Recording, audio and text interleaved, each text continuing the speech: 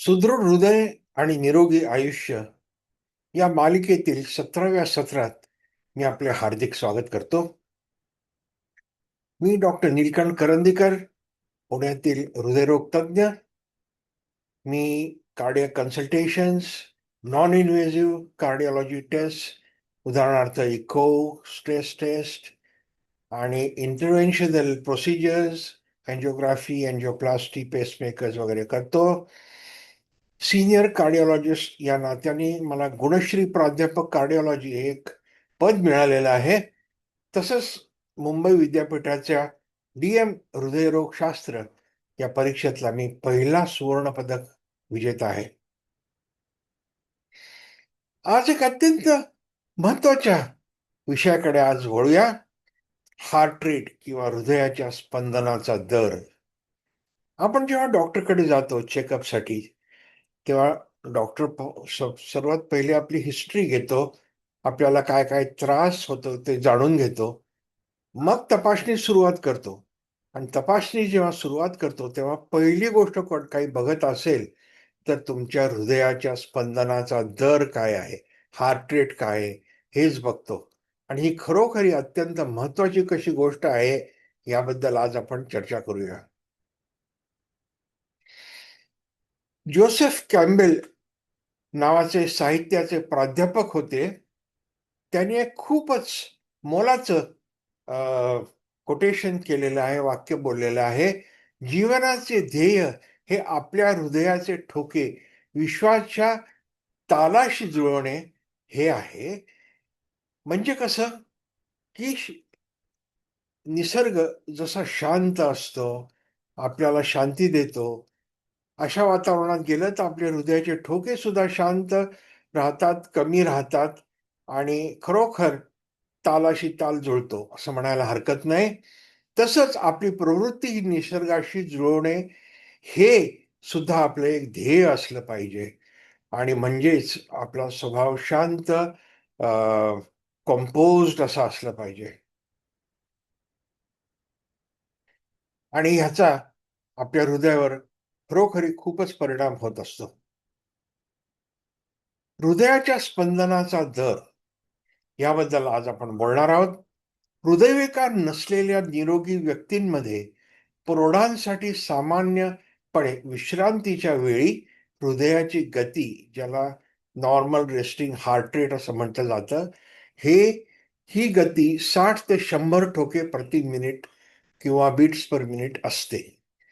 सामान्यतः विश्रांतीच्या वेळी हृदयाची गती कमी असणे हे हृदयाचे कार्य अधिक कार्यक्षम असल्याचे आणि हृदयाच्या तंदुरुस्तीचे लक्षण आहे. उदाहरणार्थ, एखाद्या चांगल्या प्रशिक्षित खेळाडूचा विश्रांती घेताना जर त्याची हृदयाची गती पाहिली तर प्रति मिनिट 40 इतकी कमी सुद्धा असू शकते. आपण आता उदाहरण घेऊया बियॉन बोर्ग नावाच्या एक स्वीडिश टेनिसपटूचं. बियॉन बोर्ग सर्वकालीन महान टेनिसपटूंपैकी एक. त्याच्या कारकिर्दीच्या शिखरावर असताना विश्रांतीच्या वेळी त्याच्या हृदयाचे ठोके प्रति मिनिट 35 होते.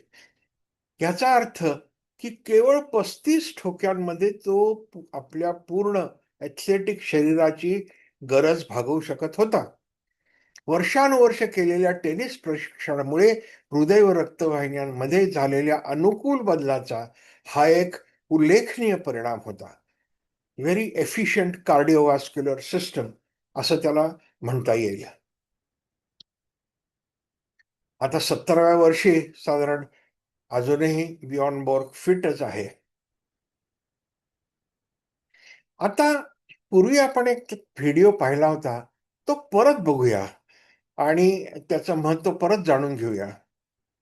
We'll start with the basics and examine how the human heart works. The heart is a muscle about the size of a clenched fist that is located under the rib cage and between the lungs. It is divided into a left side and a right side. Each side has two chambers. The upper chambers are called atria and the lower chambers are called ventricles. हे हृदय किती धीम्या गतीने संतपणे छान चाललेलं आहे हे बघा.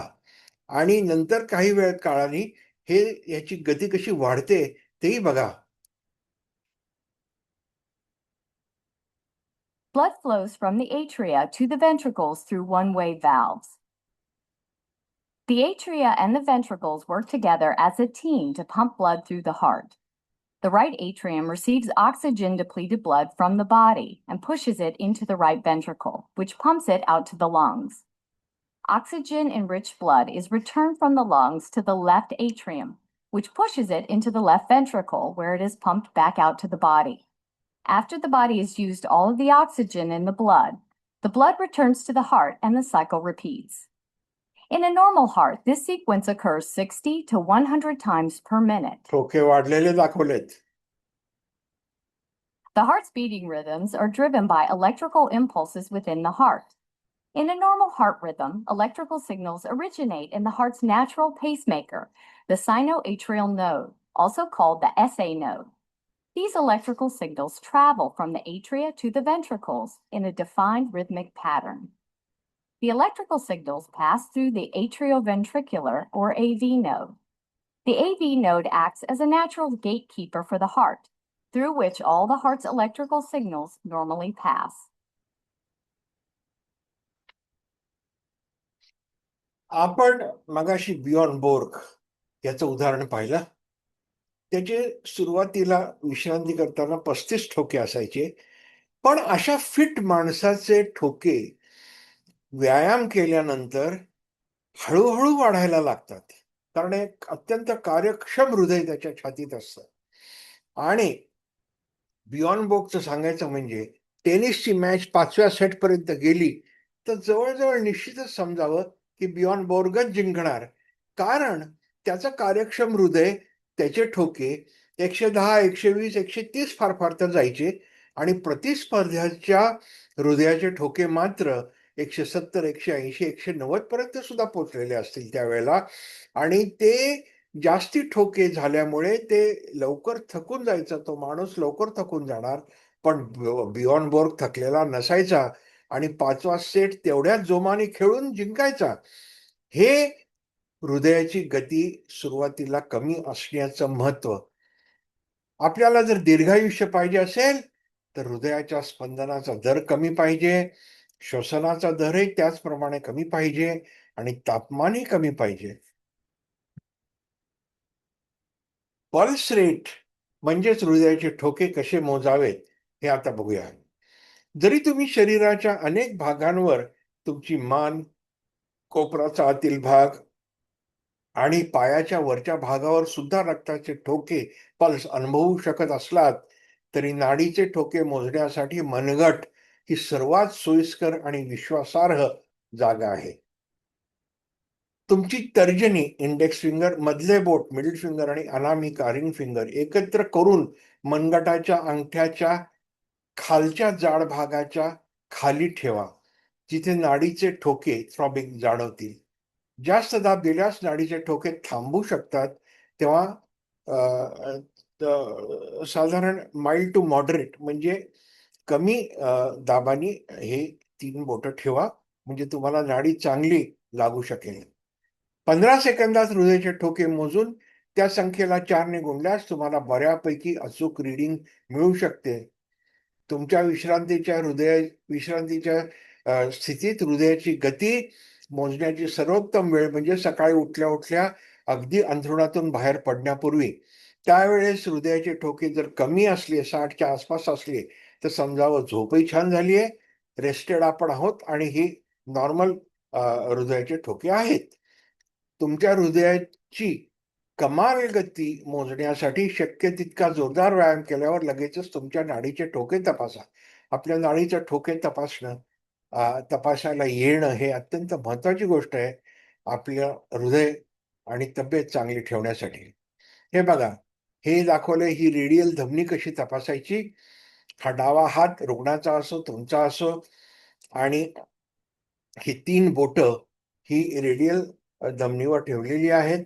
याने ते ठोके आपल्याला लागू शकतात आणि मग 15 सेकंद मध्ये मोजून 4 ने गुणून आपल्याला 1 मिनिटात किती ठोके आहेत हे कळू शकतं. समजा तुम्ही, आपण मागच्या सेशनमध्ये पाहिलं CPR कसा, हृदयाचे पुनरुज्जीवन कसं करायचं, अशा वेळेला जास्ती वेळ वाया घालवता येत नाही. तेव्हा फक्त 6 सेकंद मोजून त्याला 10 गुणता येतं. पल्स लागतेय का नाही हे पहिल्यांदा बघावं लागतं CPR देताना. तो विषय आपण हाताळलेला आहे. आता बघू आपण स्वतःची पल्स कशी मोजायची. आपण त्याच्याबद्दल चर्चा केलेलीच आहे. कॅरोटिड धमनी सुद्धा तुम्ही स्वतःची तपासू शकता. 2 बोटं मानेच्या बाजूला ठेवली, हे जे मधलं हाड आहे त्याच्या बाजूला ठेवली की तुम्हाला कॅरोटिड धमनी लागू शकते.